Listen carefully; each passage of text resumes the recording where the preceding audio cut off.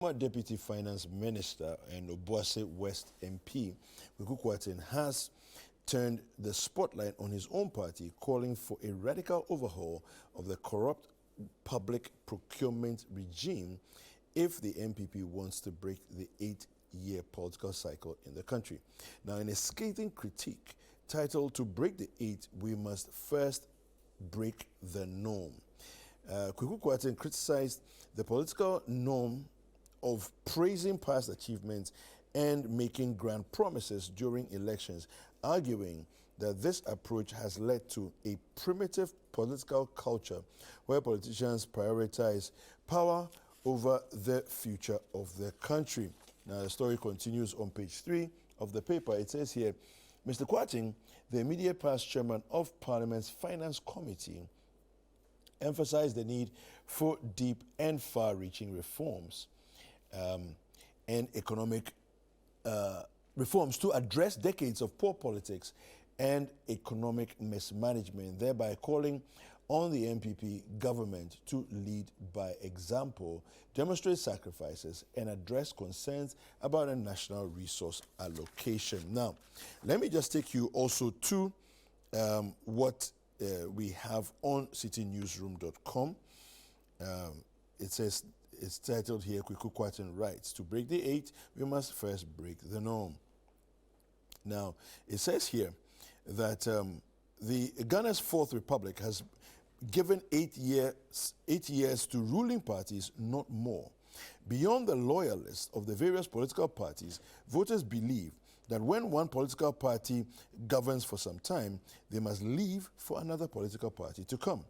The voter belief is coming from something we hear all the time. Politicians are all the same. Let one go and let another come. Okay? Now I'm going to go down to, I think it's the 4th paragraph. It says here, we always offer higher interest to, let me take it from the 3rd paragraph. Since independence, we have survived by constantly overspending our means and borrowing to finance the overspending. And many of these expenditures are just bad prioritization. We always offer higher interest to lenders, borrow more, use part to repay previous debts, and the rest to pay for the current year's overspending. So we have been running our country's economy like a Ponzi scheme. The economy is struggling today because lenders are refusing to lend to us. It is just like a Ponzi scheme going into crisis once people stop depositing their monies with them. Now, I must say, and I have, as I admitted to Vivian earlier, I have only read snippets of this, but I must say that I wholeheartedly agree with his thought process, and the angle from which he's coming, the perspective from which he's sharing this. Let me come to Kabote for your initial insights, and then we delve into the story. Yeah, let me first of all greet the management and staff of ChannelOne and your cherished viewers. Let me take today to actually appeal to our humble viewers. You know, we are not a repository of knowledge. We also make mistakes. We are fallible. So I mean, once in a while, you should also call on people and, you know, express your will to take in any error. You know, to err is human, but it's divine to forgive. If we might be tough on some of the issues, it's only the trends of time. They should indulge us and also, you know, send in like you said. Has somebody been criticizing you that No. I'm thinking it in the middle. Once you are actually cutting the path and walking through the path. Behind you, you know, you might have some of these things. It's true. And a quick one to also look at NCDs. I'm hearing a lot of cases of non-communicable diseases, and I think, you know, Vision for Alternative Development, VALD, has come up with some of their reports, and they are appealing to the political parties to look at it.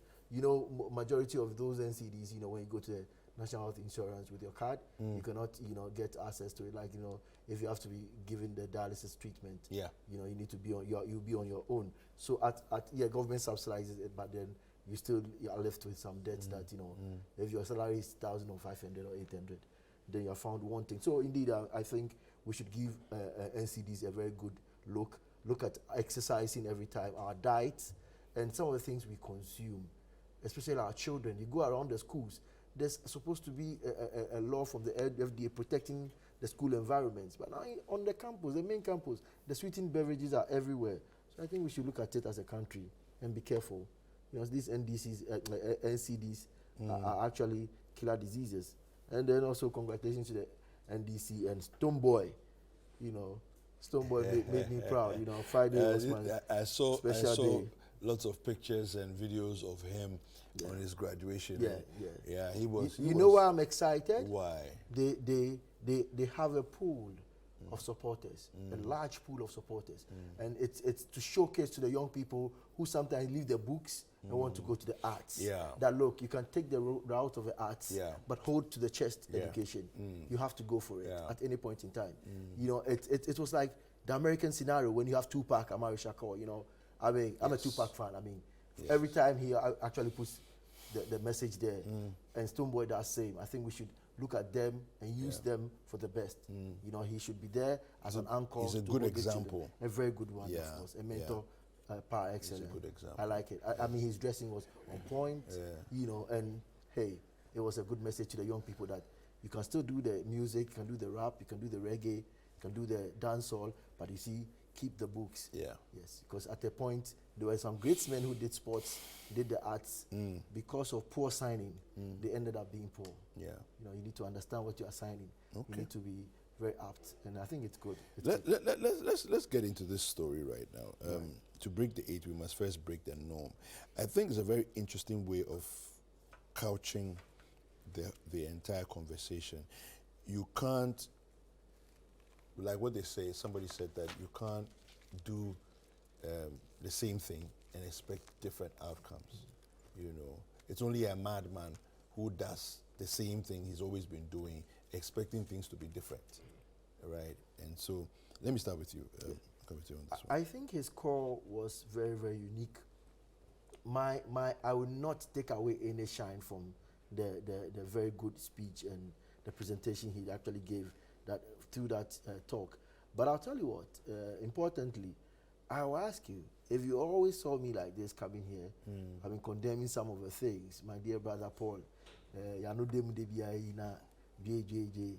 if we end up, I mean, maybe giving the opportunity to serve, the timing is very important. Do you remember the Senate matter I told you? The timing to dissolve the board, if even the president will, was very important. Now the shine is off. If you dissolve the board today, the shine is off. Timing should be everything. We should be very careful about the way we handle matters and the timing for everything. Look at the budgets. The time, we're giving 10 o'clock a.m. We're here in the studios. We're discussing and waiting for them. That shouldn't have been the norm. And we're told the MPs and the president had to go and inaugurate something, and then it's a very important project. We do accept it. But that project came out of a budget. You see? So you should always be, you see, when you do the right thing at the right time, it's so excellent. Don't do the right thing at the wrong timing. People were waiting. There were ambassadors in parliament. There were actually envoys who came to watch. Is that what we are projecting to them? There were children from schools who sat in the hall and they were waiting for hours. For adults to come. For adults to come. You see, we are painting a picture and sometimes we forget. Parliament of the Republic of Ghana, budget. And we were actually not in the purview of the people. So people just see and tell you, look, these people are not serious with time. You can plan everything nice.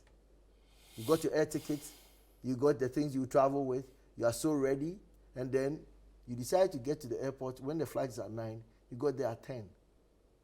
You cannot go. Or even at 9, you arrive at 9, you are late. You are late.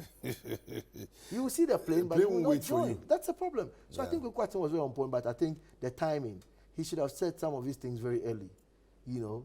But he's at the end of the day, he said it. But it's not a case of better late than never. Yeah, it is. It takes a bold man like him. You know, I mean, it takes a man with balls, eyeballs, to see and talk. You know, it takes a man with a great deal of balls. I mean eyeballs. It's called testicular fortitude. To actually be able to man. Why is he emphasizing on the balls? Oh, your eyeballs. I mean, you need to read and know. No, it's testicular fortitude. How did that one get here? You just leave it like that. And I'm not a vandal. Right. Yeah, I'm a Spartan. Oh, I see. You mean dollar? You want to say? I would not say this, but honestly, some of the things he said. Now, who go school be? You see, discuss that. I'll tell you what. All that he said is boss. the truth. Some of the things he talked about, cutting expenditure. Yeah. And I loved the presentation because that's the approach I like every day. Yeah. He just ran away from the percentages, the rates, and whatever you call it, and raced home with the issues about your domestic management. Yep. You as an individual, if you were managing your own self, what happens with you? Your salary is 2,000 cedis. Yeah. You have some rent to pay. You do have some vehicle transportation to pay. You have to also eat. Your children must eat. Your wife must also eat. The both of you have come together with your money. It's even 4,500. But then your budget running can never be 6,000 and you survive it. Yeah. So he put it to the house for you to understand. And that's what development communication does. I mean, tell the people and relate it to what they can easily adjust and understand too. I mean, I love this presentation. I wish it could be in Twi and Ga. So it can cover language for people to understand where we want to go. And rightly put, and I always say this, you remember I can't somebody mention that this problem didn't start just yesterday. It's been there. But the only problem is that in another country, you know, the trend is halt it, now maintain. You see, some people can halt it. And then that's how come this country, you say, oh, at a point, inflation went down to 9%. No. When you halted it, you have to maintain, sustain that gain, and then now begin to reverse the trend towards the best. And that would have been the best for this country. We only do one-time glory, and then we leave it, and then it hits back in the face for us. So I think he said it all, but one side I wanted him to have actually elaborated more was on the corruption and the recouping of the money. I have told you, and I'll always say this, I don't want you to push the Hejulo knob. When you push that knob, don't leave it there. Beyond that, what do? Confiscate what they've stolen from us. Yeah. It is obvious. The guy stole from your company. He's bought cars. He's bought motorbikes. He has a house. At the end of the day, when we find that out, when you go to the police, what do you demand? When it's an individual, so seize the car, seize this to offset the. How come it comes to this national issue and then we leave it? We only condemn the people and say jail them. 6 months in jail cannot make up for the money we lost that caused somebody to die at Kolebu. Yeah. 6 months in jail cannot make up for the huge amounts that could have built school buildings. How do you feel when you see children lay on their belly and write? How do you feel when you see pregnant women lying on the ground after birth, giving birth to wonderful children, and then they sleep on the ground? How do you feel when you see the young people at Makola carrying loads on their head? Look, sometimes when I go there, I don't allow them to carry the load. And people might think I don't want to give them the money, but I can't imagine my 11-year-old daughter carrying that heavy load. The other day I shared it for 3 of them. And the woman was like, when we do that, we spoil them. It makes them, when they give them heavy load, they don't want to carry. I lost it. I just lost it. I turned to her and I asked her, if this was your child, would you put that crate on her head? Yeah. Look, what I'm doing, I'm even against what I'm doing. And I asked the children, they were on vacation. But I thought, okay, yeah, fine, we can manage some of these things. But I cannot put that heavy load on one person's head and pay her 10 cedis. No. I said, look, I'm not a rich person. Look, let the 3 of them carry. I'll give away my 30 cedis. Because the truth is, yes, we want to engage them and help them to understand that there's a world of labor and work. I mean, but not this one. Because my child do not do this. And I get a bit emotional sometimes about this thing because you see, what was their crime? That we were born in a poor home. It's true, no fault of theirs. And we put all the load on their head. Yeah.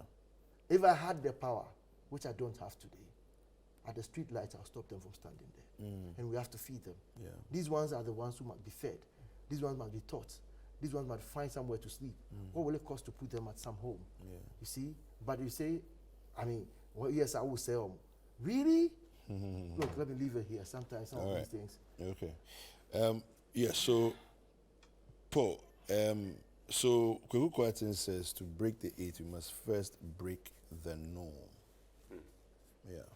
Well, good morning to you and good morning to viewers. And I think for once we have a patriot in Ghana, for once. I mean, this is a man who has been a Deputy Minister of Finance. He knows the ins and outs of government. He's seen virtually all the nuances, regarding governance.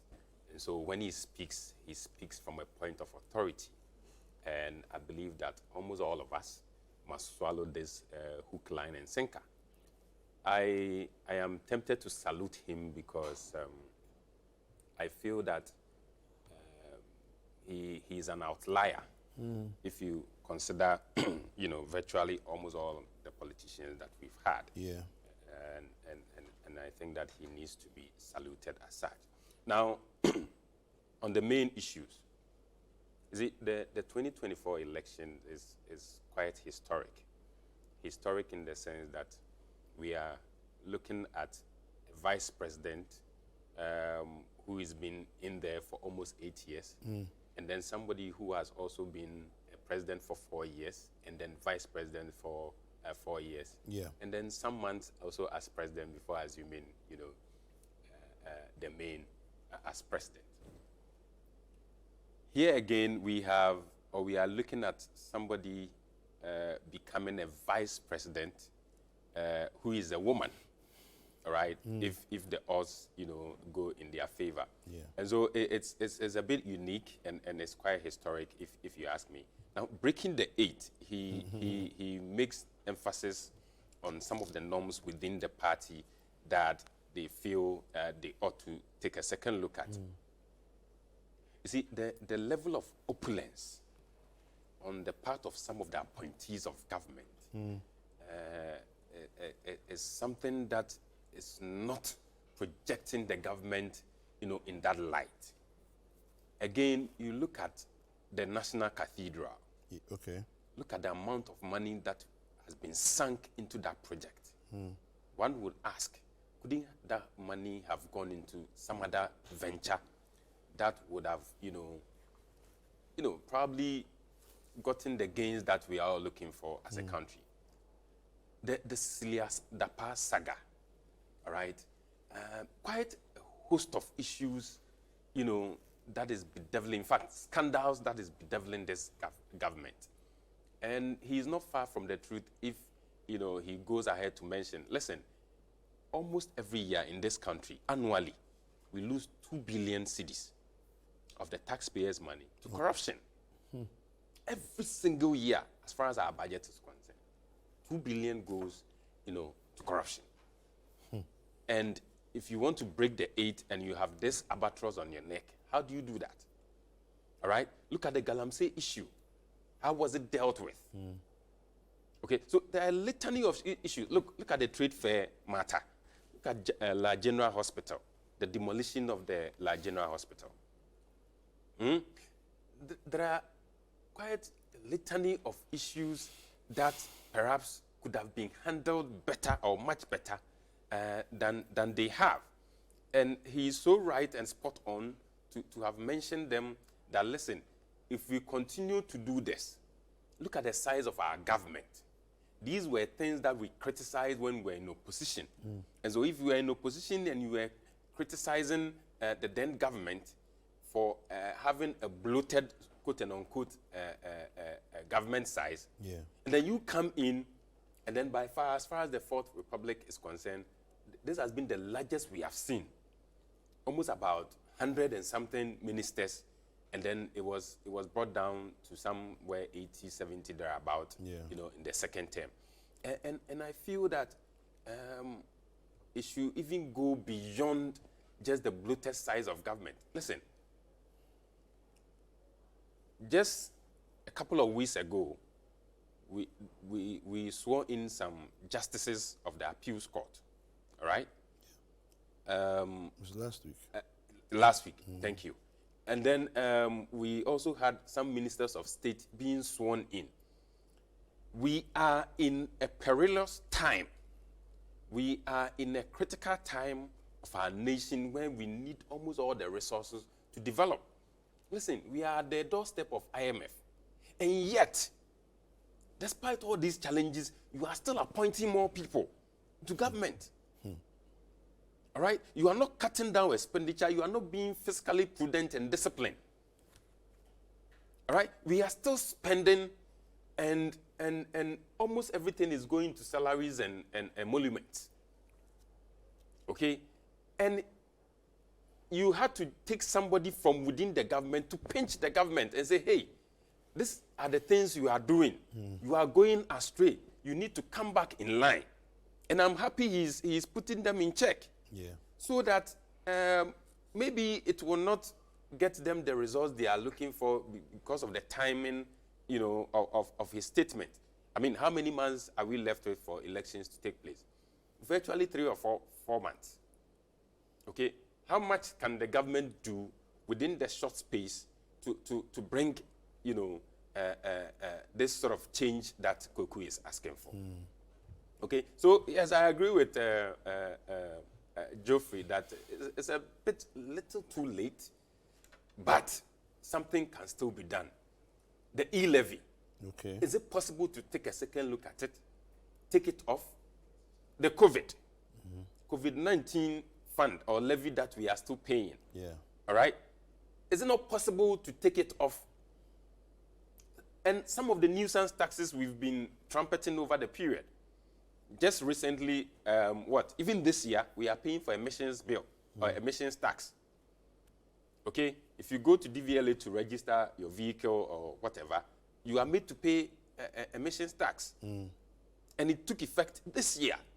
In an election year where one would have thought that government would do everything to making sure the Ghanaian is a bit better off, the Ghanaian keeps getting worse. All right? You take a look at the inflation rate. At the time the NPP took over, and then now, we are looking at somewhere 20-something% currently. Okay. Okay. At the time, it was just around 16 or so %. Even in the face of doomsday and what have you, where almost, in fact, majority of companies had to relocate from Ghana to our neighboring countries because we didn't have power. For so many years, we were going through power crisis. Then the NPP will also come in and say, hey, we are also going through Russia-Ukraine war, which I believe is the wackest of all excuses. And then they will also bring the issue of COVID-19. But you ask yourself, within the period of COVID-19, what were the funds you received? What were the resources you had available? How many months did teachers and other public sector workers stay home that you had to pay them? How many months? Okay, because this has been one of the chorus of most of the communicators, you know, from the side of government, that, listen, people were home and we're paying them. So the question we are asking is, how many months did these people stay home? Yeah. And how much were they being paid? All right? What is even their size?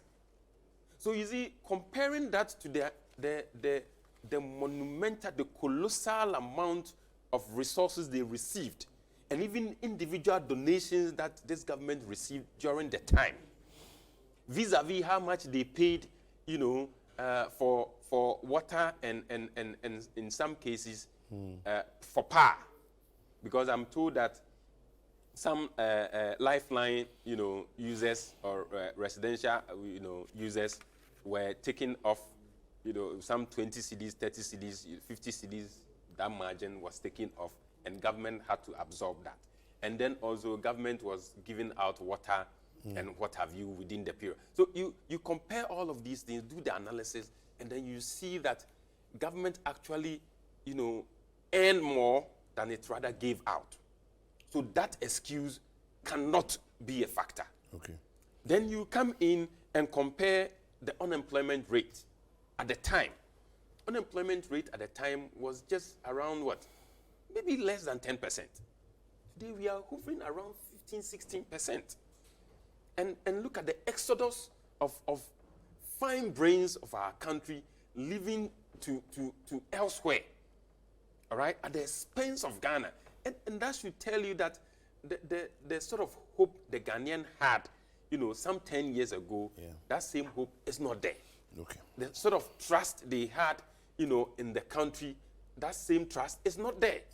And so Kwaku is so spot on with his analysis, and I think that it is time for all of us not just as civil society organizations, but even as political parties, to sit together and fine-tune ways by which we can solve our problems, fine-tune ways by which we can have a development plan agenda rather than the party manifestos that has always been the case with us. All right, thank you very much.